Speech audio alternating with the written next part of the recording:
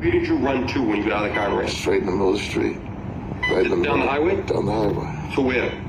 I was trying to have cars pull over so he could take me to the hospital. And get the fuck away from him because he was still backing up. It looked like he had the gun to say like he wanted to shoot me some more.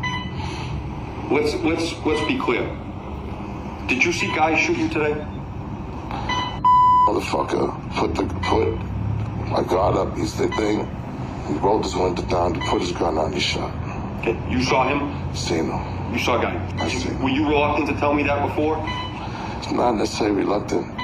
I seen him. You saw him shoot you today? Yes, I did. And when I say him, who is that you saw shoot? My nephew, Scott. Was there anybody else in the car? No. Okay, did you see the kind of gun he had at any point? No, I did see that. All right. You know how many times he shot at you? He's 5. All right. The man who allegedly shot rapper Ray Scott in a funeral procession on Saturday says he acted in self-defense. Guy Scott was ordered held without bail pending a dangerousness hearing. He's charged with shooting his uncle Ray Benzino Scott several times. The suspect appeared in Plymouth District Court this morning. Prosecutors say the shooting resulted from family tensions. Ray Scott tells the Globe he was avoiding his mom's funeral at a Plymouth church because he didn't want any trouble. But somehow he ran into the procession on Saturday, heading south on Route 3. Scott was released from the hospital today after suffering wounds to his upper arm and back. Scott's attorney claims the 6 shots were fired into his client's car and he was chased. Scott was taken by a relative to a nearby police station where he was rushed to South Shore Hospital. And now to the latest on this man, Raymond Scott, a.k.a. Benzino, a well-known rapper and reality TV actor who was shot in Duxbury yesterday on the way to his own mother's funeral. Good evening, everyone. I'm Sarah Underwood. And I'm Mike Bodette. Tonight, he is speaking out from his hospital room about that ordeal, a crime allegedly committed by his own nephew. Fox 25's Erica Ritchie joining us now with this story. Hi, Erica. Well, hey, Mike and Sarah. He tells me tonight he's not as much bothered by who is accused of shooting him as much as when the trigger was pulled. Raymond Scott says he is deeply hurt that the ongoing family tensions came to a head at his mother's funeral. Because my mother was good, you know what I mean?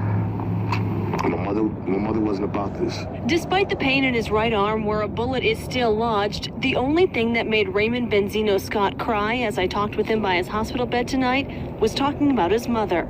I'd probably be dead by now if it wasn't for my mother.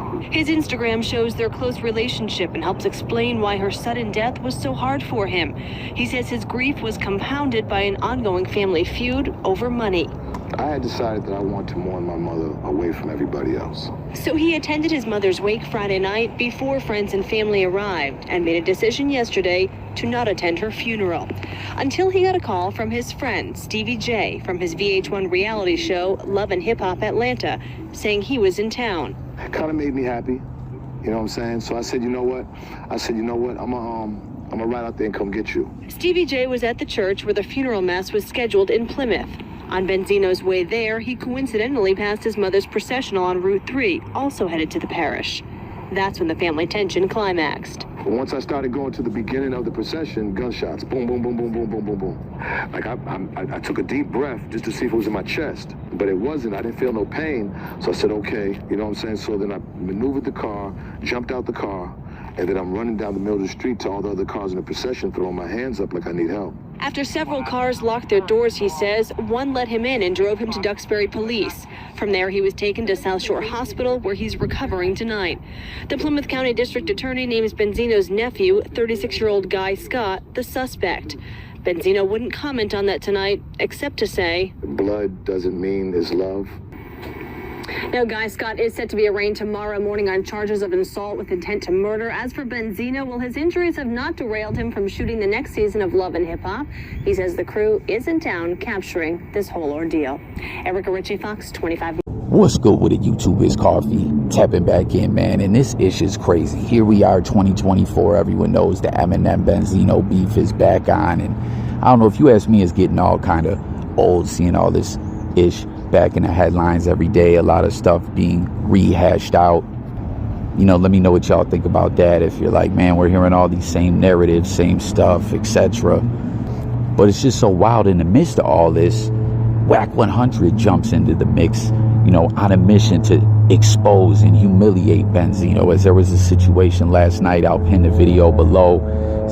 Wack was pulling up some is from a situation that had transpired before, where Benzino pulled up to one of Wack's clubhouse spots, you know, to defend himself against the allegations that he was on the low, like on some DL type ish. Y'all feel what I'm saying? That he was a HOMO actual or something like that, right? After there was that viral clip of Benzino, if you guys recall, so much stuff over the past couple of years was coming out of Benzino, like body cam footage when he got arrested picking his kid up from school or whatever. The police ran his plates, took him in on some warrant. Then there was the fallout with his ex, where Zeno broke down and was crying and was all emotional.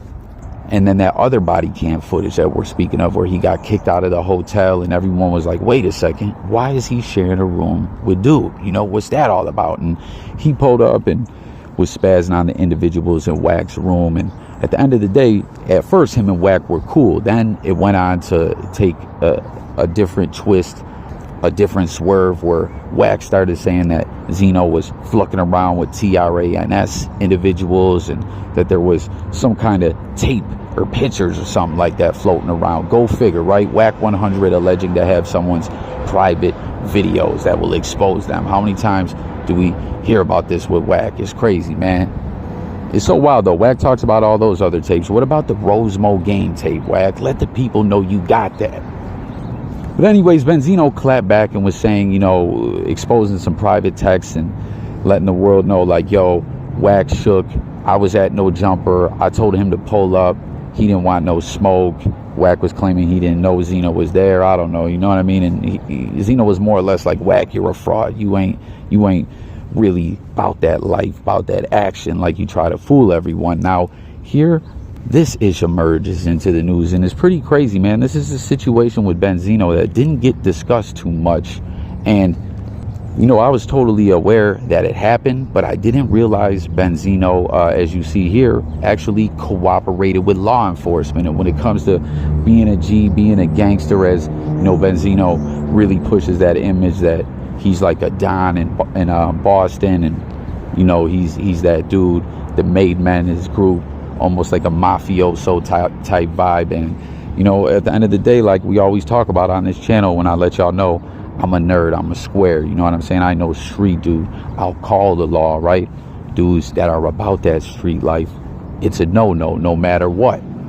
You feel me? And we heard that audio where he, you know, the authorities did say you were reluctant to cooperate at first, but he was like, yeah, he identified him. Guy Scott, his nephew, did a drive-by at the funeral procession, which is so crazy. You heard all those other clips. Benzino going to Ma Duke's funeral. You know, I believe he paid tribute to her. I don't know if he did a track or whatever, but y'all heard what happened. He got shot the fuck up, and it's so crazy that you know, he's like saying, I think the spirit of my mother kept me alive. And what a fucked up story to get shot at your mom's funeral by a family member. And I wonder what the real story is here, right? Because they say there was family tension over money, you know, beef within the family. Listen, families have wild family politics and stuff like that. You know, we got them in my family. You probably got them in your family. Not everyone gets along. There's drama, there's beef. But they were saying it was over money. I don't know.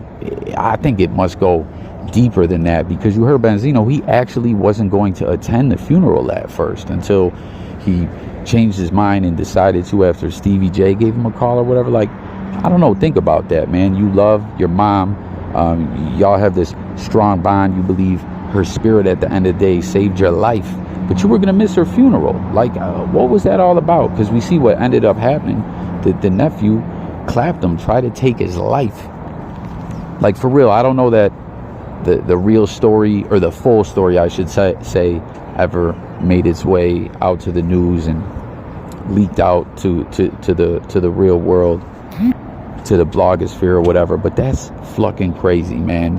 Benzino shot at his mom's funeral by his nephew. Now, this was back in 2014. The court process took a little time to play out to 2016. The nephew ended up getting a light sentence. Now, with that being said, I wonder if Benzino didn't cooperate with the authorities when the case went to court, because that often happens. Sometimes a victim or a witness will give a statement initially, and then later, when it comes time for court, they dip out. They don't want to cooperate. They don't want to tell, either because they're afraid, they fear for their life or their well-being, or sometimes because they don't want to be labeled a rat or looked at as a snitch. And, you know, Benzino, you see clearly there by the streets, that's snitching, right? But I don't know how it all played out at court. The reason I say that is because the nephew was convicted of one charge, but not the serious one, right? Because he was sentenced to 2.5 years in the House of Corrections. He had 18 months in at the time of sentencing. But peep it, the jury, it took him like 17 hours to deliberate. And let's see, what was the one he was convicted of? He was convicted of assault and battery with a dangerous weapon, but was found not guilty of armed assault with intent to murder. So I don't know, like, if Benzino didn't show up to court or wouldn't cooperate anymore, and, you know, it made it a shaky case that they didn't have his testimony, or what. But to only get 2.5 years for essentially doing a drive-by during a funeral procession, that's pretty wild. I don't know, you know what I'm saying? I'm just kind of bringing y'all this one on the fly. But he beat the serious assault with intent to cause murder. You get hit with that, I don't know, I think you got to do at least like 15 joints, 10 joints, I don't know, man. But what a crazy story. Again, this is something that it wasn't like it wasn't big news or whatever. It just kind of gets glossed over. And, you know, Wack100 currently on this mission to just expose Benzino. You know, he had to bring that up. And I don't know, comment, let me know what y'all think about this.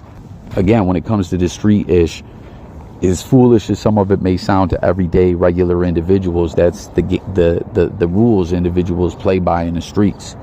So, you know, Wack saying, Zeno, keep the streets out your mouth. As, like I said, when Zeno was clapping back at Wack yesterday, he was showing their messages like, yo, I was had no jumper. Like, why didn't you come holler at me? I was ready to do you dirty and all that. And like telling, you know, Zeno was proclaiming to the world, to everyone, like, yo, I know y'all are sick of this Wack100 dude. Y'all see what it is. I let him know what it was, that I was going to be at no jumper. Don't let him lie to you. He's saying he didn't pull up because he didn't know I was there. He knew. He's scary. And that's it. I just exposed that he's a fraud. He ain't really that street dude, you know. And then now Wack100 claps back with this, saying, yo, you're a rat. Peep it, everyone. He's a rat. He's on some down low ish. As he, you know, yesterday, again, go check that other video out. He leaked out something about his girlfriend exposing him. And he leaked out like a picture that didn't show, and thank God it didn't show. A lot of people were saying, yo, Wack, that picture looks highly hypocritical for you to be clowning Zeno on this, because he was on his belly just like you. Y'all know the whole don't get caught with your drawers down situation, you know what I mean? But Wack was warning Benzino, I'll send the whole jump off to 50 Cent, which was kind of crazy. He's name dropping 50 Cent like a verse by The Game, his client. And I don't know, you know, I don't think he could tag Eminem. I don't know. I don't think Eminem's really taking part in this beef, but 50 Cent known to be with all the fluckery and all the clowning around and pettiness on social network. But it's like, it was just kind of wild to see him tag 50 Cent, you know. But with all that being said, there's this whole situation going on with Wack100 and the CS2 back paperwork and all that. Is it real? Is it not real? You know, a lot of people feel that that's why Wack is getting at Benzino like this, to kind of throw a whole distraction play into the mix. But at the end of the day, they really have been beefing for quite some time. Back when I said, way back when Zeno pulled up to his clubhouse room, and, you know, originally they was cool, but then he flipped it and said, nah, Zeno, you're on the DL, man. You on some funny style-ish. And I don't know, fast forward, here we are now, 2024. Zeno beefing with Wack, beefing with Eminem. It's just crazy. Hit the comments. Let me know what y'all think about this. Is he a rat? To you, all the street cats. And Man, it's just wild, man. Benzino always embroiled in so much controversy. The dude should have just stayed in the cut as a silent partner in the Source magazine. You know what I'm saying? Like, and he's admitted he fucked up by bringing the Source into the Eminem beef, but I don't know. It really fucked up his legacy. Had he just stayed in the background, I feel like Zeno would have been, like, don't get me wrong, people give him props and everything, but his legacy is kind of flucked up, twisted, tarnished a bit, you know? So it is what it is. Hit the comments. Let me know what y'all think. Sub up. Stay tuned for more. It's Coffee, talking music, news, sports, current events, life, and much more. And I'm out of here, y'all. Peace.